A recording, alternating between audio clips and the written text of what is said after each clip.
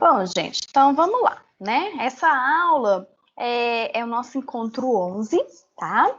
Tá publicada lá no PDF, na aula do encontro 11, tá? E aí a gente vai falar a respeito dos vírus, tá? Bom, gente, então a gente tá numa época aí, né, que a gente não tá aguentando muito mais falar de vírus, né? Mas eu acho que é importante a gente ter essa aula, né? A questão, o vírus, essa carga horária aí faz parte do conteúdo de vocês, né?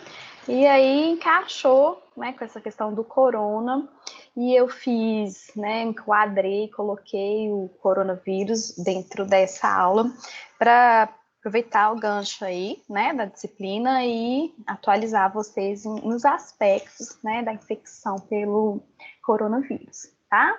Então, vamos aí, gente, falar a respeito, né, de vírus, né? O que é um vírus, né? É um agente infeccioso, né, um agente que promove uma infecção no organismo, tá?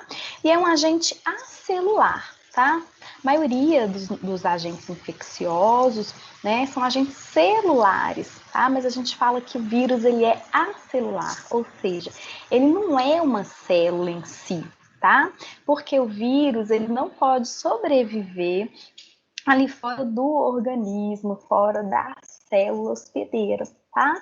Ele não consegue exercer metabolismo próprio e por isso que a gente fala que é um ser acelular, tá? Ele tem somente ali uma capa, um envoltório proteico, né? E o seu material genético, tá? Então ele usa a maquinária da célula, as organelas celulares para promover, para produzir aí os seus componentes estruturais, tá? A gente tem ali os ribossomos nas organelas, né, nas células que os vírus infectam.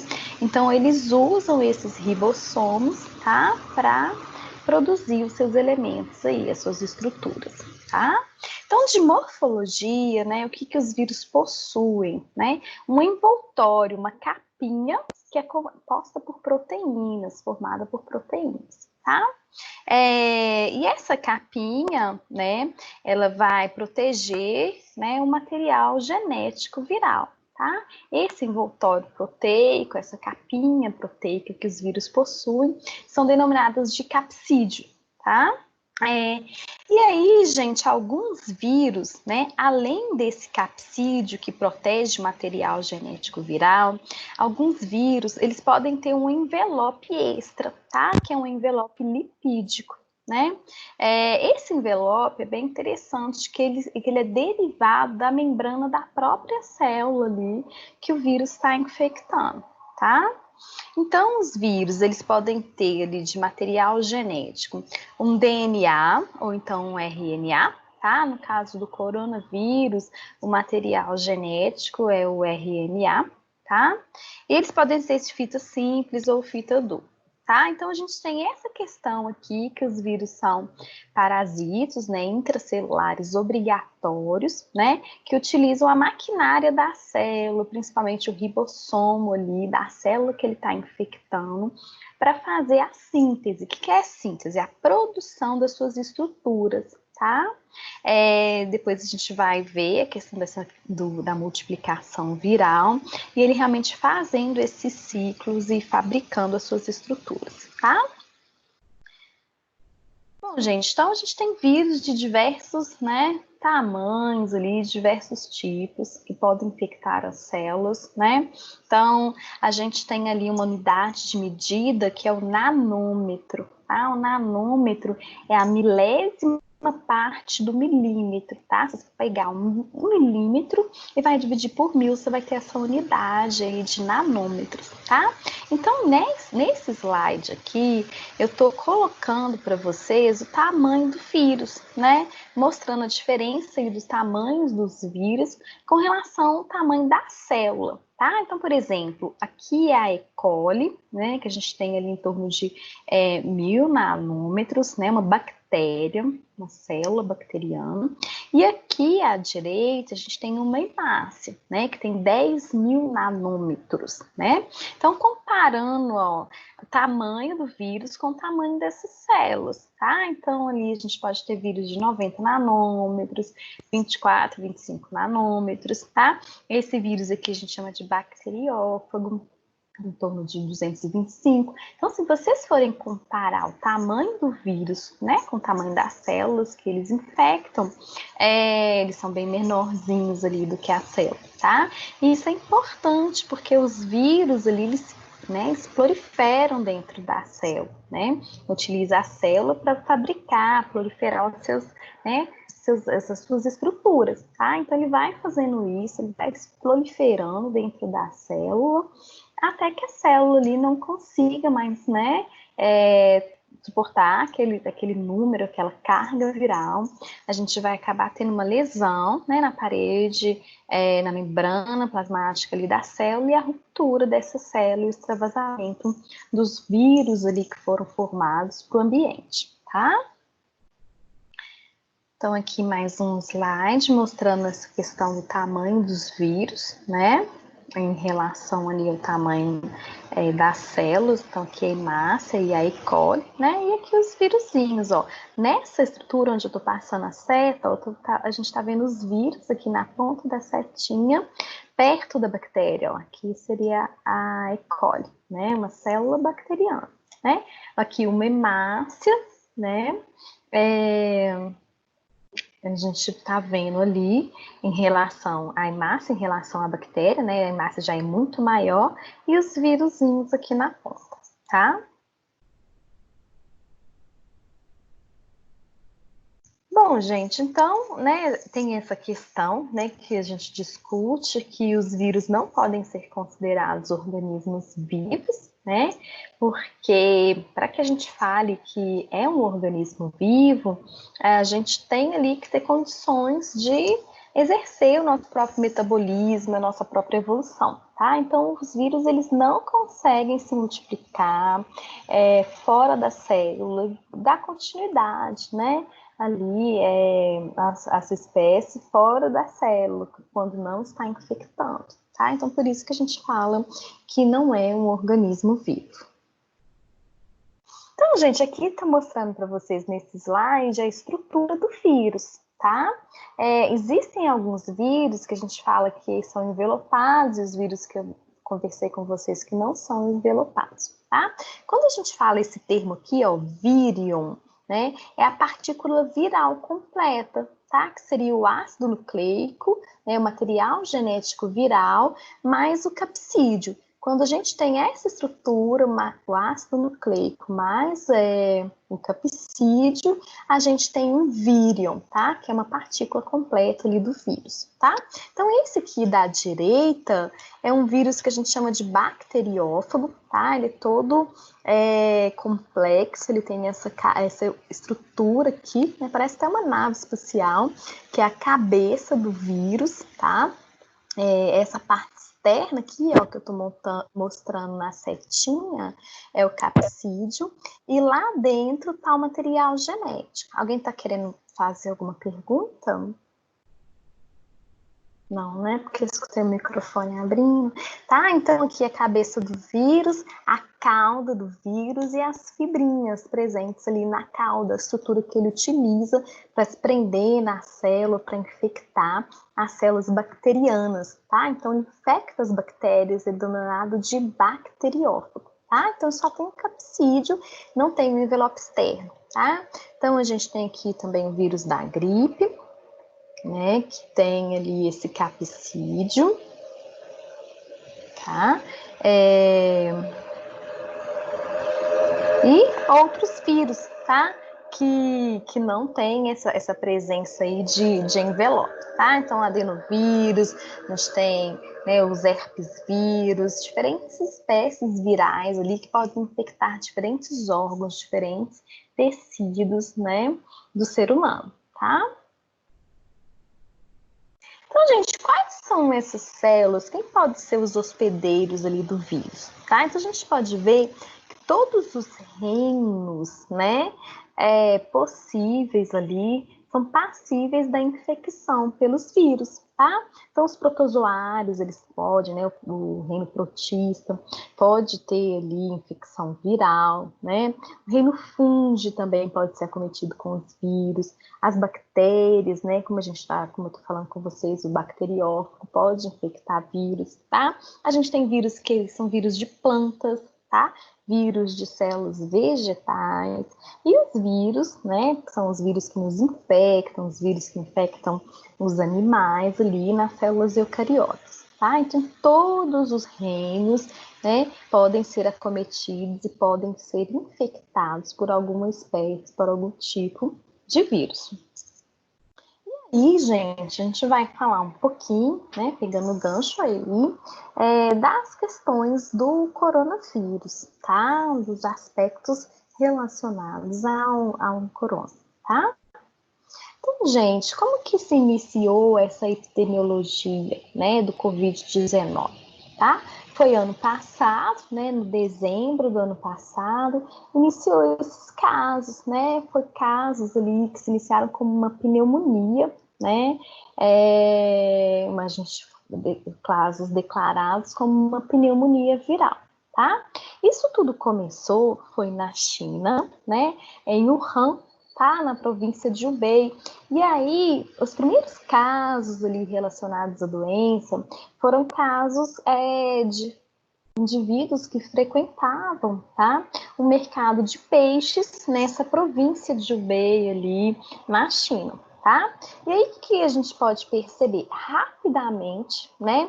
Essa doença, né, esses casos foram se proliferando, foram se espalhando, né, em todos os continentes, em diversos continentes, tá? Então, já em fevereiro, né, a doença já estava presente em mais de 46 países, né? Então, a gente pode perceber, né, de dezembro até fevereiro, uma proliferação ali extremamente rápida do vírus, tá?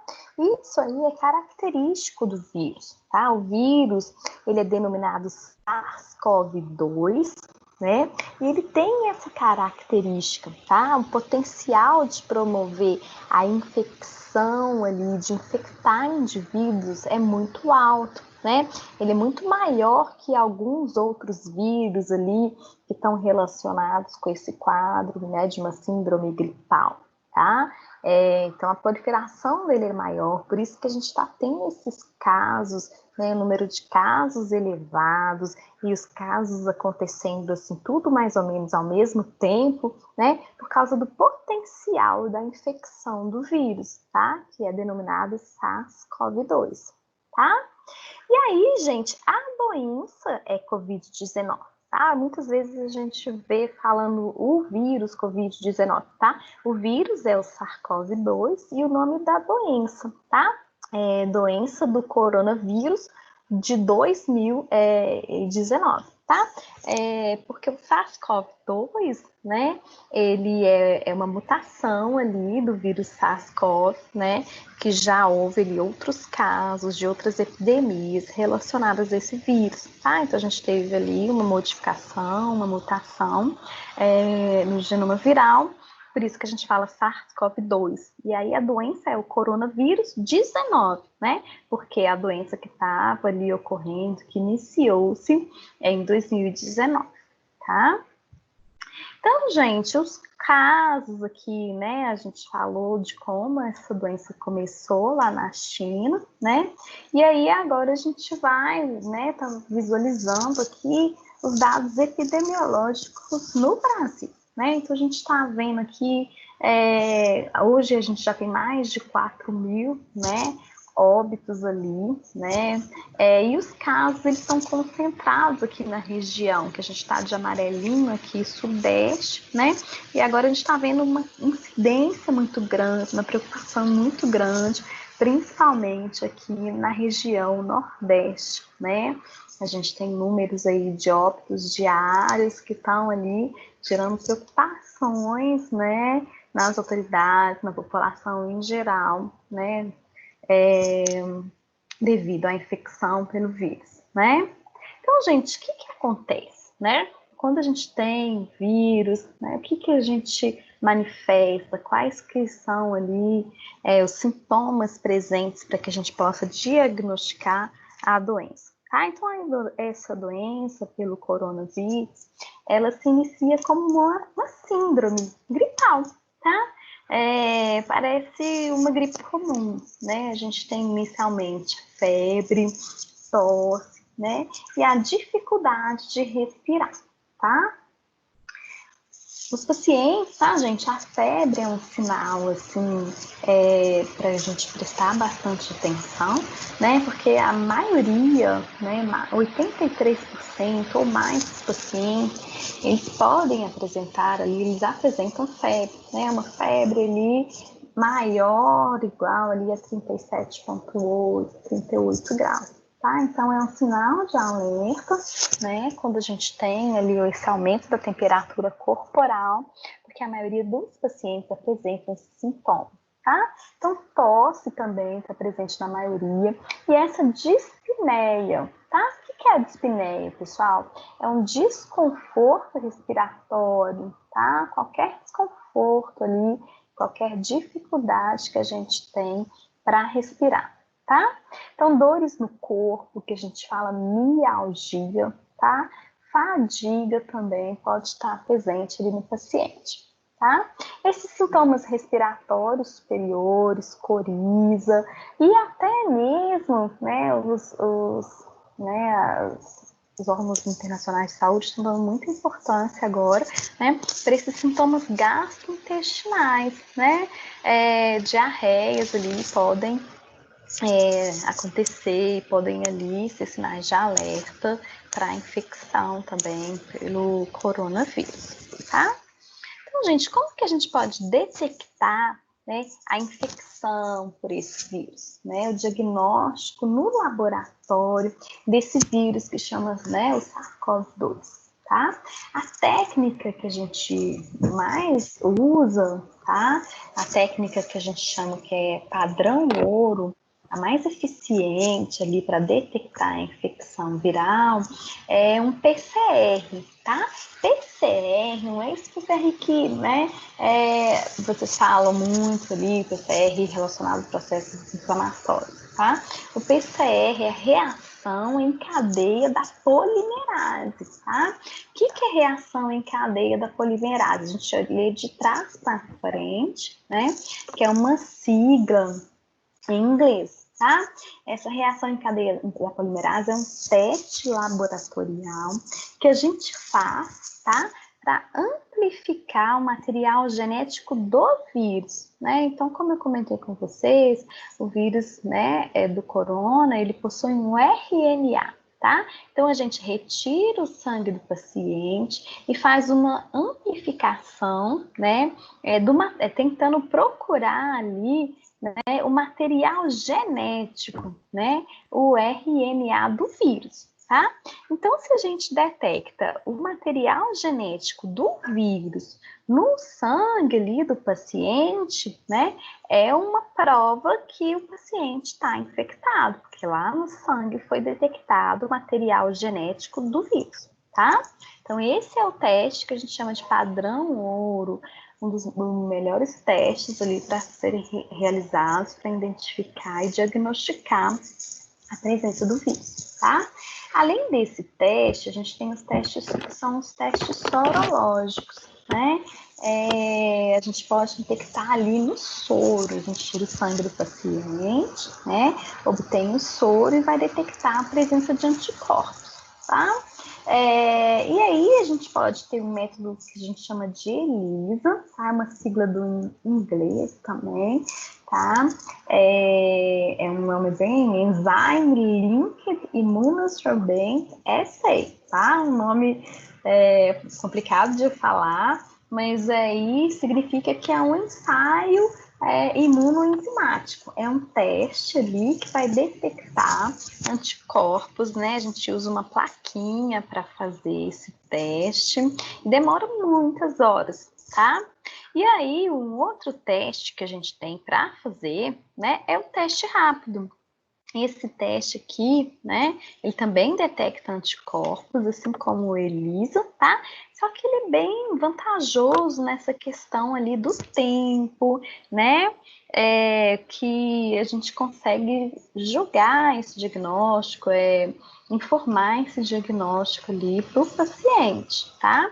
Então, esse teste, ó, essa imunocromatografia, é um testezinho da fita, tá? Os anticorpos ali, na verdade, os antígenos virais, eles são incorporados, né, numa fitinha, é uma fita de papel mesmo, tá? Aí tem uma capinha ali de plástico bonitinho, mas o que importa é a fitinha de papel que tá ali dentro, tá?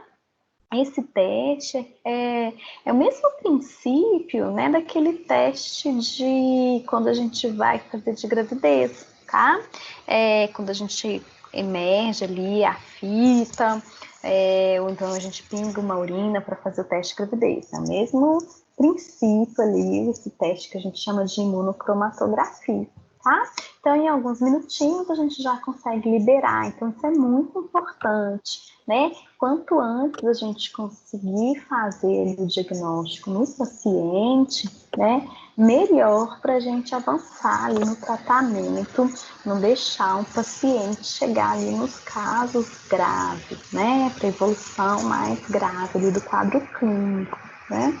Os trabalhos agora, né, as pesquisas estão mostrando que quanto antes a gente, né, receber o atendimento, a melhora, a evolução do quadro clínico é melhor, tá? E Bernardo, aí, Adriana, Adriano, pode falar. desculpa. O ELISA seria o SWAB? Não, tá? ELISA é uma técnica que a gente, né, utiliza uma plaquinha que tem vários pocinhos, tá?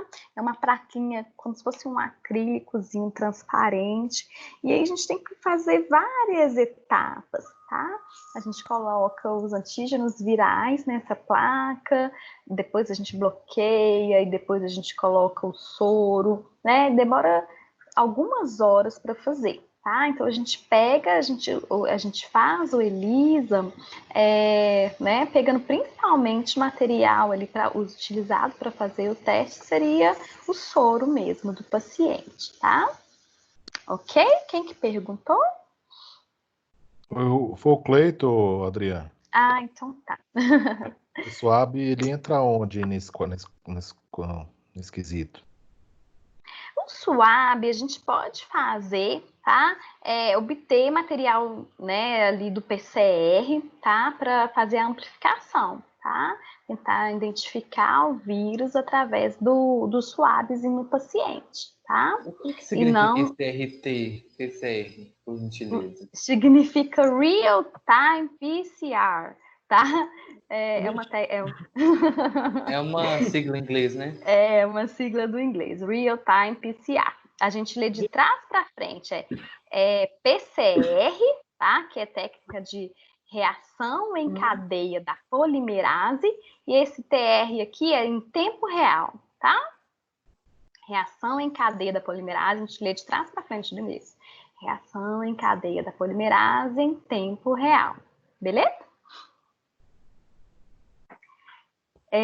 Que aí eu tinha falado, né? Não sei se você estava aqui na hora, que é uma técnica que vai amplificar, tá?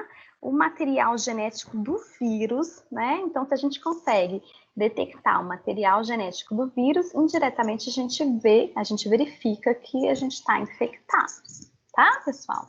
Então, um outro teste ali que a gente tem para fazer, né? A gente pode verificar essa questão da infecção através da tomografia, né? Ou então do raio-x, né? Os trabalhos mostram que, mesmo quando o paciente não apresenta às vezes, sintomas da doença, se ele faz um raio-x ou se ele faz uma tomografia, ele pode apresentar ali, né, algumas alterações no exame, tá? Principalmente a gente chama de opacidades em vidro fosco, que são áreas esbranquiçadas que aparecem ali no exame, na tomografia e no raio-x. tá? Eu vou mostrar para vocês daqui a pouquinho como que fica essa imagem quando o paciente, né, tá apresentando ali os processos patológicos relacionados à infecção. Ô, Adriana, mas no caso desse raio-x, pode haver assim, uma confusão com uma pneumonia? Porque no caso da pneumonia também fica, né, fica aquela chapa, tudo branco. Sim, na verdade, o vírus causa uma pneumonia, tá? Então, você tem que fazer o diagnóstico, né, laboratorial aqui, fazer o PCR, fazer o teste rápido, para verificar se a pneumonia, esse quadro de pneumonia, é por causa do coronavírus ou não, tá? Porque o que vocês vão ver aqui, que eu vou mostrar para vocês, é que o vírus promove um quadro de pneumonia, sim, tá? Então, é muito parecido na imagem, tá? Aí você tem que fazer o diagnóstico no teste, tá? Para saber se aquele quadro, se aquela lesão é ou não relacionada ao vírus, beleza? Entendi. Então, tipo assim, só para me esclarecer. Então, no caso, esse vírus, ele causa uma pneumonia. Isso é fato. Sim. Tá, sim, beleza. nos pacientes que evoluem para o quadro clínico mais grave, sim. Não, Aí é por isso que a gente pode ter até paciente que é assintomático, tá? Mas nos pacientes que evoluem para o caso grave, sim, beleza? Então, Adriana, os pacientes que têm a suspeita ou têm o COVID confirmado, os médicos lá onde que a gente trabalha, esses outros lugares está sendo assim, já vai com administração de medicação. É por isso mesmo? Sim, né? Para De evitar medicação chegar... antibiótico, né? Sim, vou mostrar. Tá já evitando ali chegar, né? Tendo as complicações ali que são possíveis de acontecer nesse paciente, tá? É uma medicação preventiva para não deixar a evolução acontecer, né? Então, o Tamiflu, claritomicina, esses trem tudo é por conta da pneumonia, né?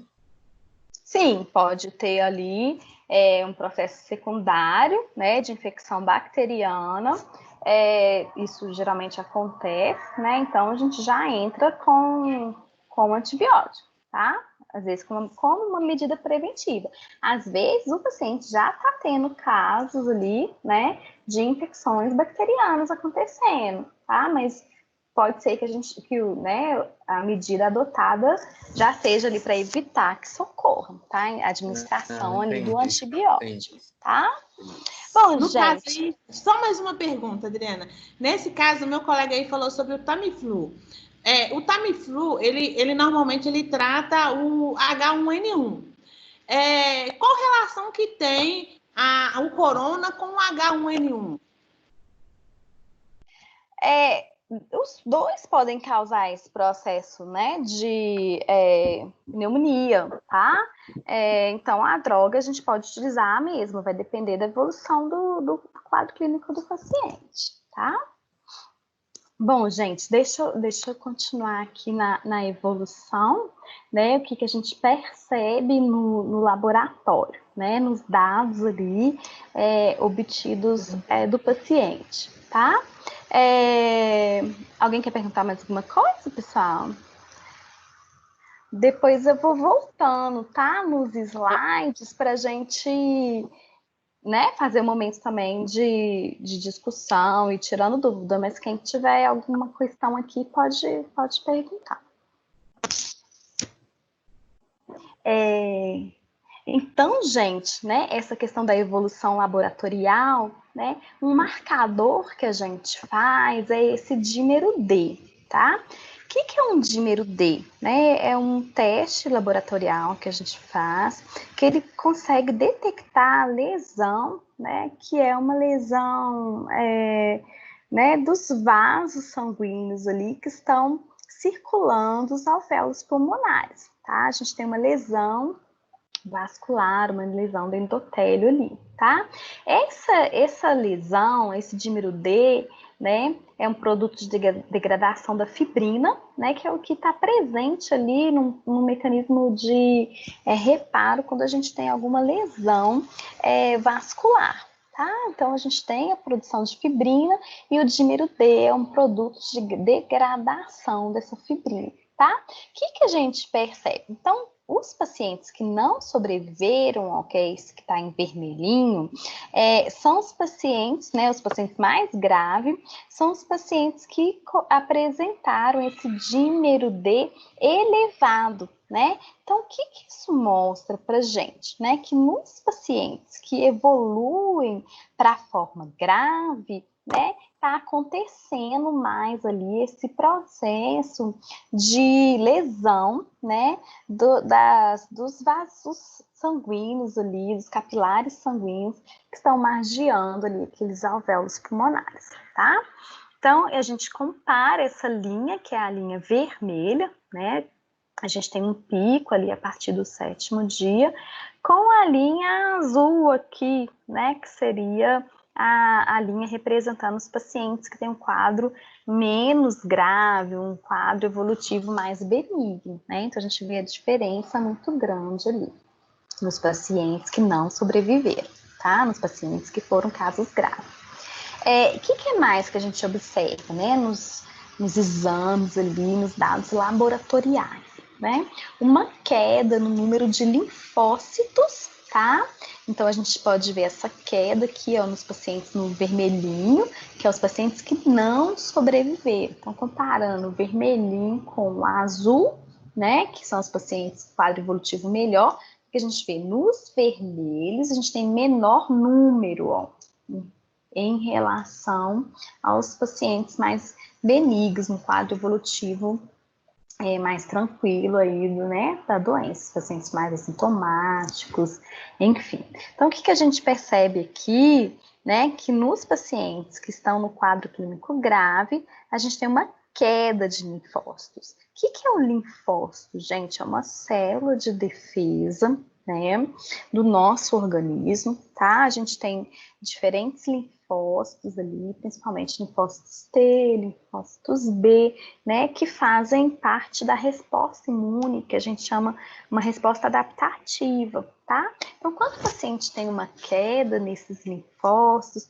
pode haver, tá, uma imunossupressão ali, uma deficiência, tá? Na participação desses linfócitos, do linfócito B, tá? E do linfócito T, principalmente aqui, que fazem parte dessa questão imunológica do indivíduo, tá?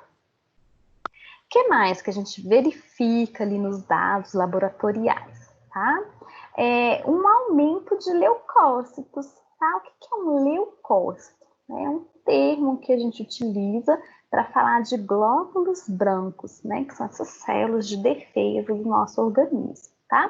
Quando existe algum processo inflamatório, né, a gente tem esse aumento de glóbulos brancos, tá? Então, essa linha aqui, que é a linha, né, alaranjada, são os pacientes que não sobreviveram, comparado aqui na linha, né, que está em azul, dos pacientes, né, que sobreviveram, tiveram um quadro clínico mais benigno da doença, tá? Então, a gente pode perceber que nos casos mais graves ali, né, tem um aumento, principalmente a partir do 7º dia, desses leucócitos, né, das células, dos glóbulos brancos, né? Por quê, gente? Esses leucócitos são células que participam da resposta imune, né? Então, a gente tem ali um processo inflamatório, né, principalmente maior, acontecendo nos pacientes que não sobreviveram, os pacientes graves, tá? E aí, gente, dentre essas célulazinhas, tá? Os neutrófilos, que é uma célula específica de defesa, né? Estão aumentados ali nesses pacientes, tá? Especificamente, dentre essas células de defesa, a gente tem um destaque, tá? Para os neutrófilos ali, tá? É uma célulazinha que é capaz de fazer fagocitose, né? Fagocitose é quando uma célula ingere ali, entre aspas, né, emite falsos pés para eliminar uma partícula, para eliminar um produto, tá? Então, os neutrófilos, essa célula da resposta imunológica, tem a capacidade, né, de desempenhar essa função, tá? E eles estão proliferados, eles estão aumentados nos pacientes de quadro clínico grave, nos pacientes que não sobreviveram ali ao processo da infecção. Bom, gente, então o que é essa lesão, né? Essa infecção, né, pelo coronavírus vai causar uma síndrome, né, que a gente chama de síndrome do desconforto respiratório agudo, né? Então, o que é essa síndrome? Por que ela ocorre? Né? Ela vai ocorrer por causa da lesão no alvéolo, tá? Um dano ali na parede dos alvéolos, né? Então, isso vai promover ali, né, a partir do momento que ocorre uma lesão nos alvéolos, isso vai se espalhando ali por todo o parênquima, por todo o tecido pulmonar do indivíduo, tá? Então, gente, essa lesão ali, que é a lesão inicial, ela promove a liberação de uns mediadores químicos, tá? Que são denominados citocinas, tá? Esses mediadores químicos aqui, eles são liberados principalmente por uma célula, né? Que é o macrófago, que é presente lá dentro do alvéolo pulmonar. Tá? Então, quando ocorre essa lesão, esses macrófagos, eles começam a liberar um mediador químico que a gente chama de citocina, que aumenta esse processo inflamatório, né? Quando a gente tem essas citocinas liberadas, né, a gente chama de interleucina 1, interleucina 6, interleucina 8, né? Os tipos dessas citocinas vão recrutar, né, essas células que eu falei que estão aumentadas, né, que são os neutrófilos, recrutam elas para os pulmões, tá? Então, os neutrófilos ali começam a migrar para os alvéolos pulmonares, tá? E aí, gente, essa lesão presente no pulmão começa a aumentar, tá? Porque os neutrófilos vão secretar, o que seria secretar? Liberar alguns mediadores, algumas proteínas que são tóxicas, tá? Ali para a parede alveolar, para o epitélio capilar, aumentando essas lesões, esses produtos tóxicos, tá? Que são produzidos pelos neutrófilos, aumenta essas lesões ali da parede, dos alvéolos, né? Que foram causadas inicialmente pela infecção do vírus e promovendo mais lesões nos vasos sanguíneos que estão irrigando aqueles alvéolos pulmonares, tá? Então, gente, aqui eu estou mostrando para vocês o que acontece quando a gente tem um dano no vasinho capilar, no endotélio capilar, tá? Então, essa estrutura aqui que eu estou mostrando em azul seria um capilar pulmonar, né? Presente ali, irrigando os alvéolos, tá? Então, gente, quando tem alguma lesão na parede desse capilar, tá? O que acontece? As proteínas que estão presentes ali no sangue, né, começam a escapar, tá? A sair do capilar e ir para essa região que a gente chama de interstício. Eu estou mostrando aqui na setinha, tá? Então, ó, eu tinha ali as proteínas aqui mais retidas dentro do capilar pulmonar, tá? Quando a gente tem uma lesão, ó, as proteínas começam a sair, e a gente tem várias proteínas aqui agora, ó, na figura 2, concentradas fora do capilar pulmonar, tá? Então, gente, o que isso vai fazer ali, né? Qual que seria esse dano, né? Então, a gente, com essas proteínas do lado de fora, a gente vai ter uma perda do gradiente oncótico, tá? A gente vai ter uma alteração ali na osmolaridade, tá? A água presente ali dentro do capilar, né? Ela vai sair da região que é menos concentrada de proteínas para as regiões mais concentradas, né? A gente tem essa alteração nessa osmolaridade aqui, né? Então a água ali, ela vai saindo, né, do capilar pulmonar para fora, para a região que a gente chama de interstício, tá? Então o líquido ali, esse líquido derramado aqui, ó, vai sobrecarregando o sistema linfático e fica ali acumulado, né, nessa região ali que vai permear, que vai circundar ali os alvéolos pulmonares, tá? Então, gente, esse líquido que foi derramado aqui, né, ele é cheio ali de fluidos, né, que são repletos de proteínas, a gente tem dejetos, detritos celulares, células que estão entrando em necrose, tá? Então, tudo isso acumulado ali gera um processo inflamatório, tá? E aqui, ó, que vocês estão percebendo, geram uma lesão nos alvéolos pulmonares, tá? Então, essa lesão aqui, né, vai fazer com que esse líquido todo comece a entrar, a migrar para dentro ali, né, para a luz dos alvéolos pulmonares, tá? Então, nesse momento aqui, a gente já vai tendo uma perda da substância surfactante, tá? Que é a substância que vai, né, fazer com que os alvéolos pulmonares mantenham-se abertos, tá? Essa substância surfactante, ela é produzida pelas células que compõem esses alvéolos, tá? Principalmente uma célula que é denominada de pneumócito, tá? Pneumócito 2. Gente, cuidado aí com o microfone, tá? Principalmente células que a gente chama de pneumócitos do tipo 2. Então, gente, quais são os estágios que a gente pode ter ali, né, evolutivos da COVID, tá? Então, inicialmente, quando a gente tem essa síndrome, na verdade, né, que é desencadeada pela infecção, né, a síndrome respiratória, a gente vai ter um estágio que é o estágio exudativo, o estágio proliferativo, e também a gente tem o estágio que a gente chama de estágio fibrótico, tá?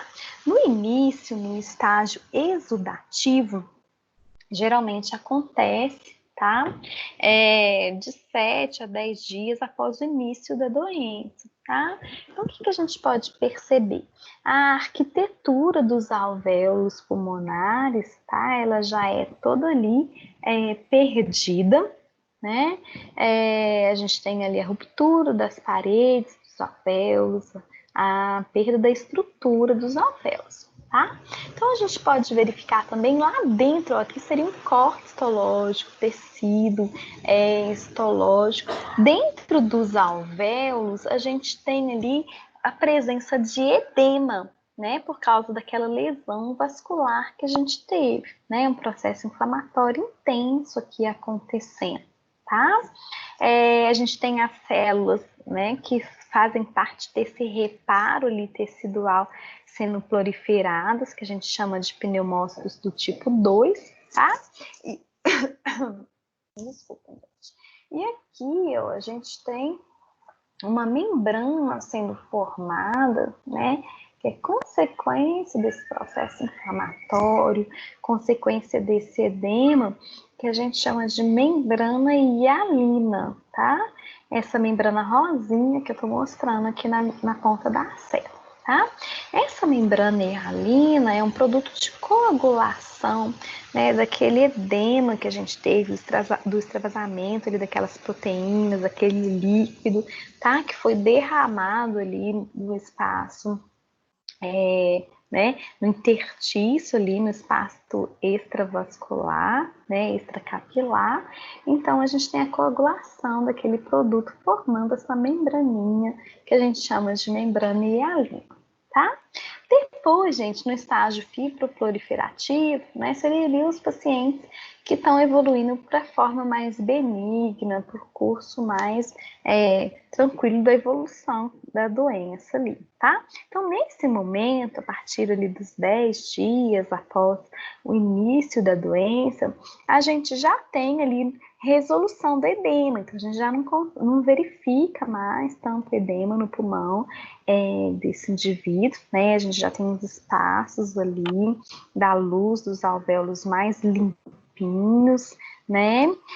Mas ainda a gente tem depósito de colágeno acontecendo e células, né? Que a gente chama de fibroblastos, miofibroblastos, né? Que estão tentando reparar ali aquele alvéolo pulmonar que foi lesado, né? Devido ao processo de infecção e proliferação viral. Então, gente, alguns pacientes evoluem para o estado fibrótico, tá? O que vocês estão percebendo aqui nessa imagem, tá? A obliteração da arquitetura pulmonar. O que é isso, gente? A gente não está verificando mais aqui, nesse momento, a luz dos alvéolos, tá? Os alvéolos já estão colabados aqui nesse momento, a gente tem uma fibrose intensa, o espessamento ali do interstício, tá? Da parede ali dos alvéolos pulmonares, tá? Totalmente espessado, totalmente cheio de fibroblastos, miofibroblastos, né? E ainda a gente ainda tem muita presença de membrana hialina nesse momento, tá? Então a gente percebe que a gente não tem ali capacidade, né, de promover a oxigenação pulmonar, né, nesse paciente. A gente já está ali com perda, né, total praticamente da oxigenação, da capacidade de oxigenação. Os pneumócitos do tipo 2 já foram lesados, a substância surfactante já foi toda inativada, né? Então a gente tem essa colabação, a obliteração da arquitetura dos alvéolos pulmonares. Tá? Então, nesse momento aqui, é o caso mais grave, o paciente que evolui para o caso grave. Então, ele já precisa do respirador mecânico, né? Algum processo ali que auxilie a obtenção de oxigênio por causa desse dano aqui que foi promovido, né? Devido à evolução para o quadro clínico mais grave, tá? Então, gente, né, a gente tem uma fase, né, esses pacientes que não evoluem para o caso grave, né, vai ter a fase de resolução e a fase de reparo, né. Então, a hipoxemia, que seria aquela baixa concentração de oxigênio, né, a saturação de oxigênio, a hipoxemia já vai ali sendo reduzida, a oxigenação já vai voltando aos níveis normais, tá? A gente tem a redução também dos infiltrados, do processo inflamatório pulmonar, tá? O que acontece, gente? Dependendo ali do grau, né, daquela fibrose pulmonar que aconteceu ali no paciente, né, ele pode demorar, né, às vezes 6 meses ou até mais para recuperação total, né, para evolução ali, para recuperação daquela fibrose, daquela lesão toda que foi promovida ali nos alvéolos, no parênquima pulmonar do paciente, tá? Então, aqui eu estou mostrando para vocês esses estágios, né, de acordo com os dias de infecção, tá? Então, a gente tem o edema, o pico do edema é rapidinho, né? Em torno ali do primeiro, segundo dia, a gente já tem edema, né? No estágio que a gente chama de exudativo, tá? Por volta de 5 dias, a gente já tem a formação dessa membrana, que é o produto da coagulação ali do extravasamento dos capilares, da lesão dos capilares pulmonares, tá?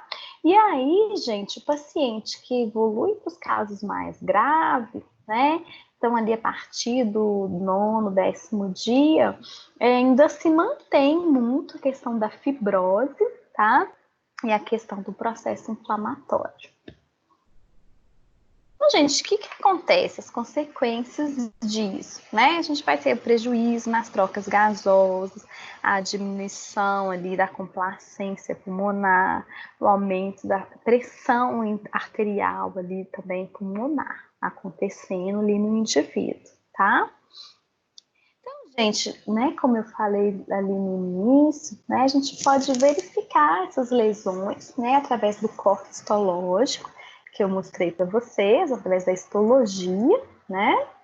E a gente pode verificar através também da imagem, tá?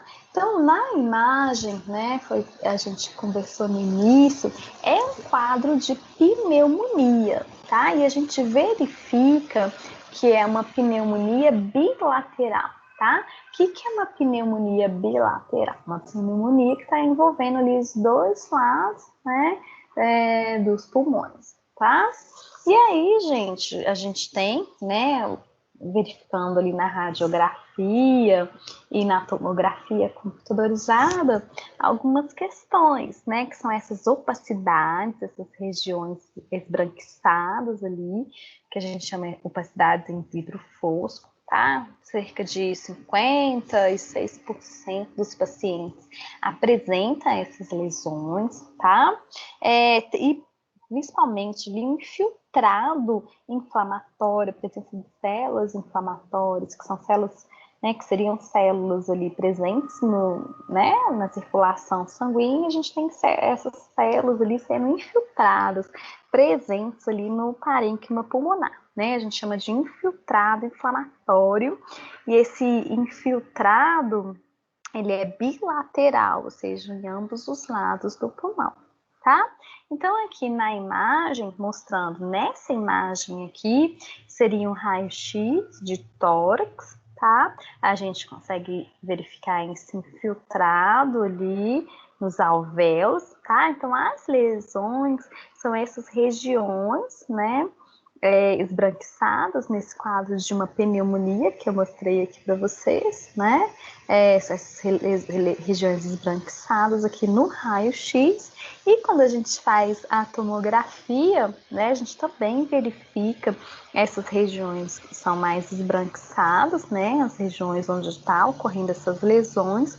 É uma região esbranquiçada que não está totalmente realçada, né? É um branquinho meio fosco, né? Que a gente chama de opacidades em vidro fosco, tá, gente? Então, eram as questões principais que eu queria mostrar. Eu vou abrir agora, né, para a gente continuar fazendo a discussão aqui, tirando as dúvidas para vocês.